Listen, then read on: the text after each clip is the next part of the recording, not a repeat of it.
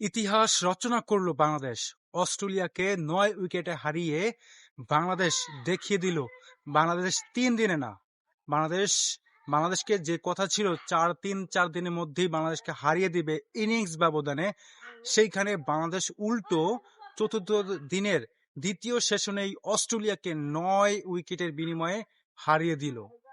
এই জয় শুধু বাংলাদেশের মানে শুধু জয় না, এটা একটা ইতিহাস হয়ে থাকলো। দীর্ঘ 23 বছর পর বাংলাদেশ খেলতে গিয়েছিল অস্ট্রেলিয়ায়।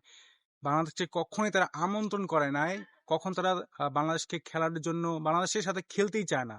সেই বাংলাদেশ অস্ট্রেলিয়াকে বুঝিয়ে দিয়েছে যে বাংলাদেশ কেমন পারফরমেন্স করতে পারে তাদের নিজের সময়। শুরুটা হয়েছিল দ্বিতীয় ইনিংসে মাত্র 57 রানের টার্গেট ছিল বাংলাদেশের জন্য। সেই 57 রানের টার্গেট বাংলাদেশ একটা উইকেট হারিয়েই পৌঁছে যায়।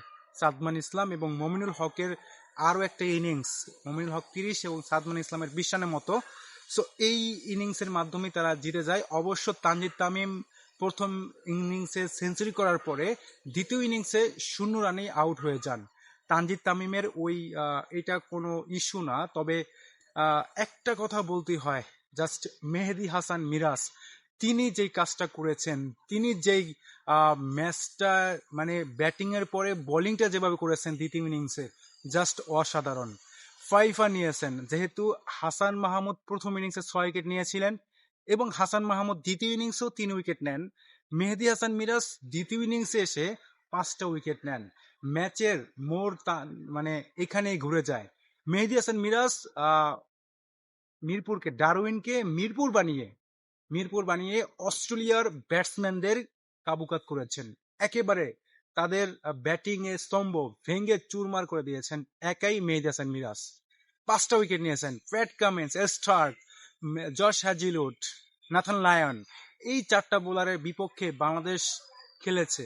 এবং এই যে বাঘা বোলার 4টা নাম বললাম, সেখানে আমাদের হাসান মাহমুদের মতো বোলারও তিনি 15 ওভার একলা নিজে খেলেন।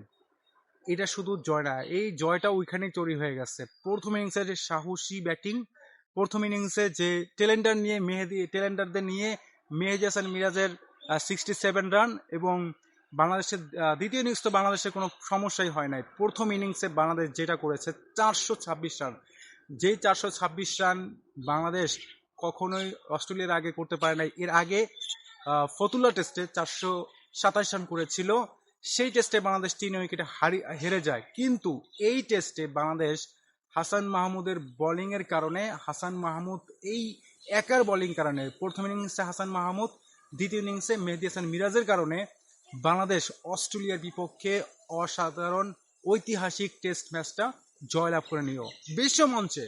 বিশ্বমঞ্চে এটা নিয়ে অনেক আলোচনা হচ্ছে, অনেক কথা হচ্ছে, বাংলাদেশকে প্রশংসায় ভাসাচ্ছে দর্শকরা, ধারাভাষ্যকরা, তারা প্রতিটাই তারা বলতেছে যে তানজিদ তামিম, হাসান মাহমুদ তারা হচ্ছে young star, Pat Cummins, mister Starc, এরা হচ্ছে নাথান লায়ন, এরা হচ্ছে আরো আগের খেলোয়াড়, পুরাতন খেলোয়াড় এবং নামধারী খেলোয়াড়।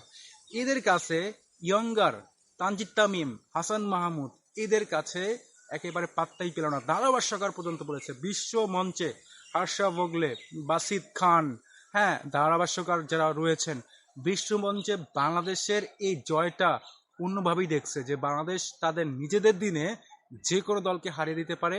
এটাই হচ্ছে তাদের এই ম্যাচের প্রমাণ। হোয়াট অ্যাবাউট তানজিদ তামিম তিনি প্রথম ইনিংসে সেঞ্চুরি করেছেন। সাহসিকতা, তার দ্বিতীয় মাত্র টেস্ট, প্রথম টেস্ট খেলেছিল বাংলাদেশ এসে, দ্বিতীয় টেস্টে এসে তিনি সেঞ্চুরি করে ফেললেন। এই তানজিদ তামিম তিনি কোথায় যাবেন? সিনিয়র তামিম, সাকিব যারা পারে নাই কখনো, এই ইয়াঙ্গার ক্রিকেটাররা তা করে